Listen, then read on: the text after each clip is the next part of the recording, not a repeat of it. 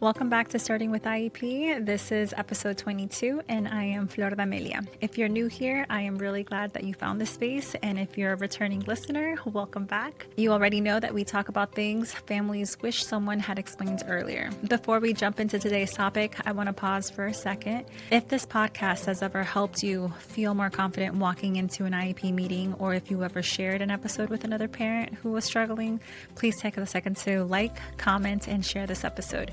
It truly helps this information reach families who don't even know yet that they're allowed to ask better questions. If you're a parent who is newly diagnosed or constantly feel like you're learning things after decisions are already made, I also want to remind you to check out our Starting with IEP resources and courses. Everything we create is designed to help parents understand the system before it overwhelms them. Now, today's episode is a continuation of the conversation that deserves a lot more attention than it usually gets. Today, we're talking about baseline data. You probably are thinking like, this is such a bore, but I'm telling you, it will go a long way once you understand more about baseline data. So I know that it is typically one of those terms that gets casually mentioned in the IEP, which I want to say, for me, it's very surprising that it casually gets mentioned because it's actually very critical in the IEP. Casually gets mentioned in IEP meetings, progress reports, evaluations, and even though it does get mentioned, I do know that a lot of parents do not understand what it is. I do understand that. I have seen it, I have heard it, that they just do not understand. And if it does get explained, it is rarely explained in a way that actually makes sense to the families. And here's the truth. When parents don't understand baseline data, they lose this leverage in the IEP process. Not because they're incapable, but because the system assumes compliance instead of understanding. I want you guys to understand that baseline is not just paperwork.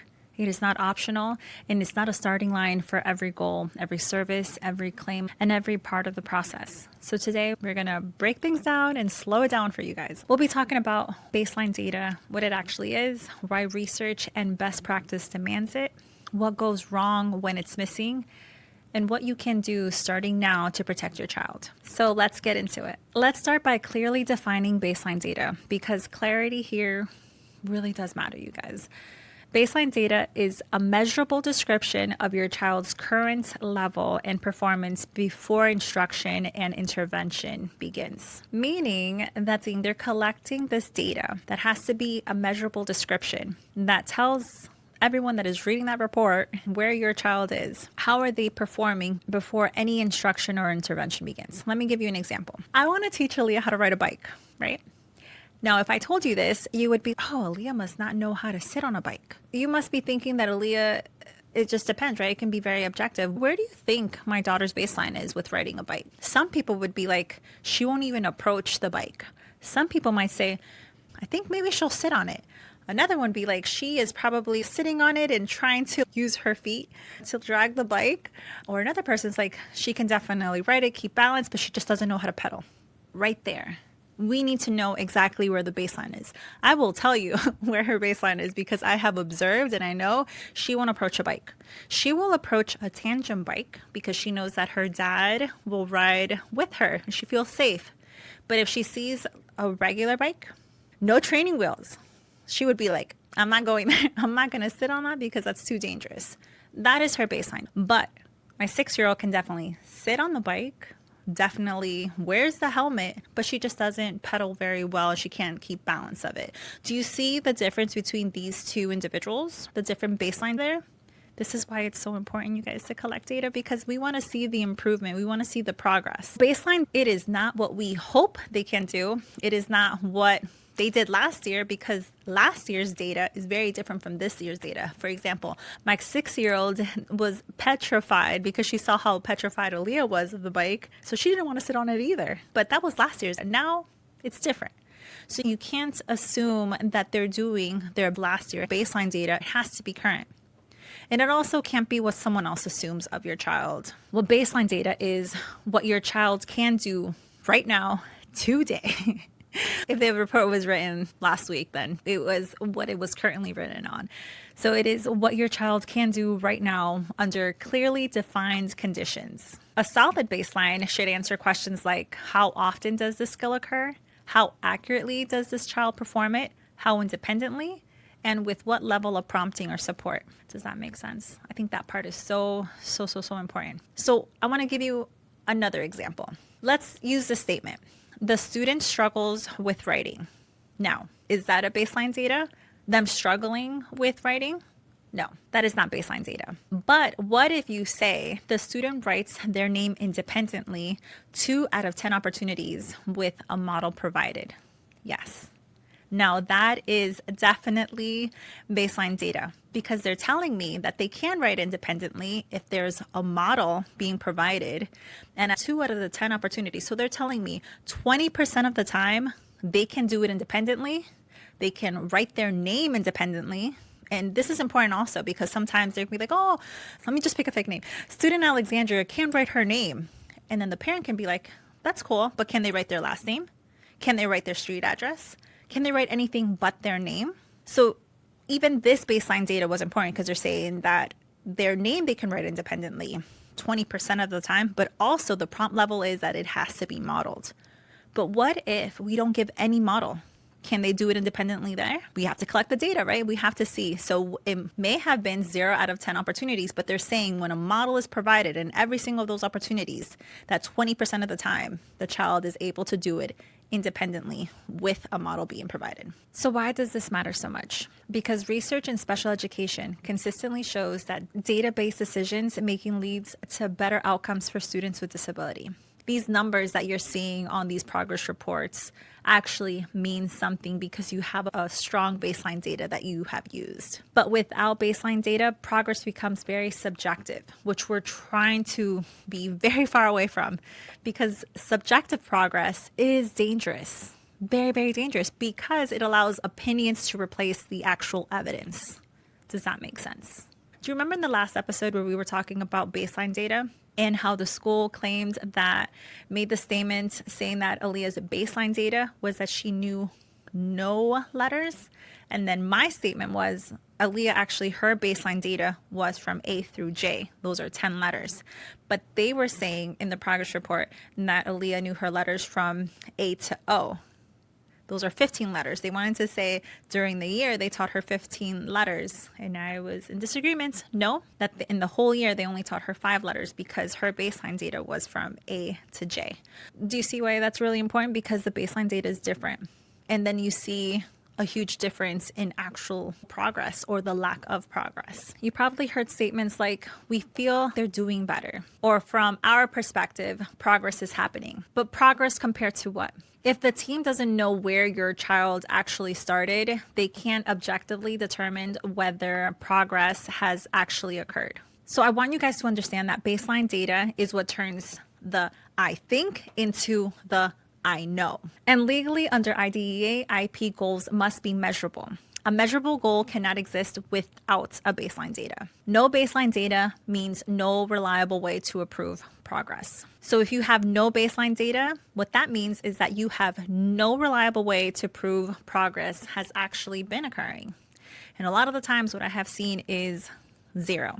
But is it really a 0% accuracy or 0% independence, or is it much higher than that? Does that make sense? So also, another baseline example that I remember is that they have student X will know all the WH questions. They're like, wait, WH? They do know the what questions. They do know the who questions. What they don't know is the where, the why, and the when questions. So she put it in there because she already knew where her child baseline was. She told the team that what's most appropriate is that they would just work on the where, the why, and the when, because that's what the child needs, not the other part, because the child already masters the who questions and the what questions. So she just wanted to make sure for that data, it was not going to be accounted for. So that's another example. I have many, but I do have to get going with the other ones on the other segments. So let's keep going. Now let's talk about what happens when baseline data is missing, that it's vague or it's poorly collected, because this is where families quietly lose time, services, and trust. So the first risk is artificial progress. Yes, I said it. It's artificial. So if the baseline is written too low or never clearly defined, a child can appear to be making progress without actually gaining new skills. Remember the alphabet goal with my daughter? Let's use the same alphabet goal, but let's just use a different worded example. Let's say that the goal states, student will identify letters with 80% accuracy, but no one has ever documented whether the student started at 5% accuracy, 50% accuracy, or 75% accuracy. So progress at that point becomes meaningless. Risk number 2 is blaming the child instead of the instruction. When baseline data is missing or progress is stalled, the narrative often shifts to, they're not ready. This is just part of their disability, or they're just not motivated. Instead of asking, was this intervention appropriately based where the child actually started? Baseline data forces teams to evaluate instruction, not just outcome. Does that make sense? So a goal can be too challenging if baseline was never taken. Observation never took place. But if observation never took place, then the person that's observing would have never have seen that actually they need to work on other foundational goals before they hit that goal. Because then they blame all this, the child is not motivated to do it or they can't do it, right? But actually they need to work on more appropriate goals. So again, baseline. Very important. We do not want to waste time here, which is actually risk number 3, which is lost years. This is the one that parents feel later on. So without baseline, teams often spend a year trying things, another year monitoring, another year adjusting the goal. And suddenly 3 years have passed and the goals look the same. So baseline data prevents recycled goals and stagnant programming. Risk number 4 is weak accountability. When baseline data is unclear, it becomes nearly impossible to challenge claims of progress because there's nothing concrete to compare it to. So parents, baseline data is what allows parents to say the intervention is not resulting in measurable growth. Without it, conversations turn into opinions instead of actual facts. And when we have that imbalance always hurts the families. So now that we know the risk, let's now talk about what you can actually do, because knowledge without action doesn't change outcomes. Here are practical steps that parents can immediately take. Step 1, ask for baseline explicitly. You can say, can you walk me through my child's baseline data for this goal? Because you want to see how they have collected it. And if the answer is vague, that's important information. Step 2, ask how the baseline data was collected. Was it an observation? Was it a trial data? Was it a curriculum-based measurement? And if it can't be explained simply, it may not be solid. Step 3, you need to compare the baseline data year to year. Ask, how does this baseline compare to last year's starting point? Because patterns, now they tell stories. Step 4 is putting it in writing. If baseline data is missing, follow up with an email. You can write, please provide baseline data for the proposed goals prior to consent. I want to share that paper trails protect the parents and your child. Step number 5, trust your instincts. If reported progress doesn't match what you see at home, that disconnect deserves attention. Now, I do understand that those two environments are very different. Maybe they can do better. Maybe they are doing better at home. But if you don't see that, you can ask, can I please do a classroom observation? Because I want to see how they're actually achieving this progress. I want to see how they're doing. I actually want to see it because I'm not seeing it at home. Can I please observe? Because maybe during that observation, you can learn something new about your child, but your gut says a lot. You are not being difficult. You are just being informed. I want to leave you with this. Baseline data is not about catching schools doing something wrong. It's about making sure that your child is actually moving forward, not moving through the system. When parents start understanding the meaning behind baseline data, I promise you that meetings change, conversation shifts, and power balances recalibrate. And that's why we talk about it here. If this episode has helped you, please like, comment, and share with another parent who might feel lost in this IEP process. If you want a deeper support, especially if you're newly diagnosed or feel like you're constantly learning things after decisions already been made for you, check out our Starting with IEP courses and resources. They exist so families don't have to learn everything the hard way. Thank you for trusting me with your time. Thank you for advocating for your child, and I'll see you in our next episode of Starting with IEP. Bye.